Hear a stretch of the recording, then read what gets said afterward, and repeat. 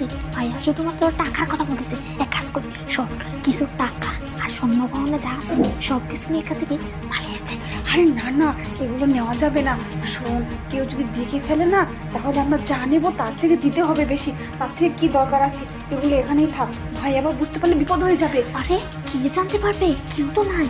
আরে যদি কাজের মহিলাটা দেখে ফেলে তখন কি হবে? আরে কোনো সমস্যা নাই, ও যদি দেখে ফেলে ওকে কিছু টাকা দিয়ে দেবে, সমস্যা হবে না। হ্যাঁ শান্তা, প্রিয়া, আগে তো তোমাদের ভাবি ছিল, আমাকে দেখার লোক ছিল। এখন তো তোমার ভাবি নেই। আমি আসলে বৃদ্ধ বয়সে আমি কোথায় যাব?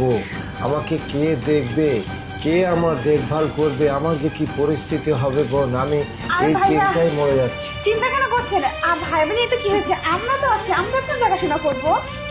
এই শোনো, ওই এখানে বোধহয় সব মিলিয়ে 1-8 লাখ টাকা থাকতে পারে। ডাক্তার আমার কাছে চিকিৎসা বাবদ টাকা পাবে। তোমরা দেখো তো এই টাকাগুলো মিল করে কত টাকা হয় একটু দেখো তো। এই ভাইয়া তো কিছুই চোখে দেখতে পাচ্ছি না। ভাইয়া বলছে এখানে নাকি 1 লক্ষ টাকা আছে, কিন্তু এখানে তো প্রায় 7-8 লক্ষ টাকা আছে। শোনো, ভাইয়া তো কিছুই চোখে দেখতে পাচ্ছি না।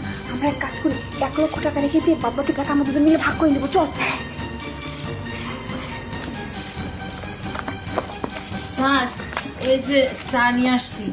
আচ্ছা, তুই নিচে রেখে দে, নিচে রেখে দে, খাচ্ছি। সবার জন্য এনেছিস তো না? কিরে, 1 লাখ টাকা হয়েছে নাকি কোনো কম টম পড়ছে? ভাইয়া এই তো আমরা টাকাগুলো গুনতেছি, মনে হচ্ছে 3-4 হাজার টাকা কম হবে। তুমি চিন্তা করো না, আমরা ম্যানেজ করে নিব। হ্যাঁ ভাইয়া, আমি তো আছি, কোনো চিন্তা করতে হবে না, আমি দেখতেছি। স্যার, আসলে টাকাগুলো মানে তোর টাকা তো সময় মতো পেয়ে যাবে, একদম চুপ থাক। আচ্ছা, ঠিক আছে, দিস দিস দিস।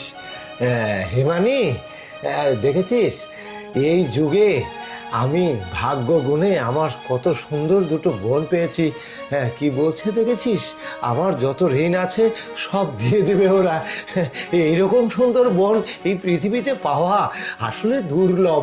হ্যাঁ স্যার, তা তো দেখতেই পাচ্ছি। আপনার বোনের কি ব্যাপার হিমানি? কি হলো? কথা বলতে বলতে মুখ বন্ধ হয়ে গেল। ভাইয়া বলছিলাম কথা কি, বলছিস না কেন?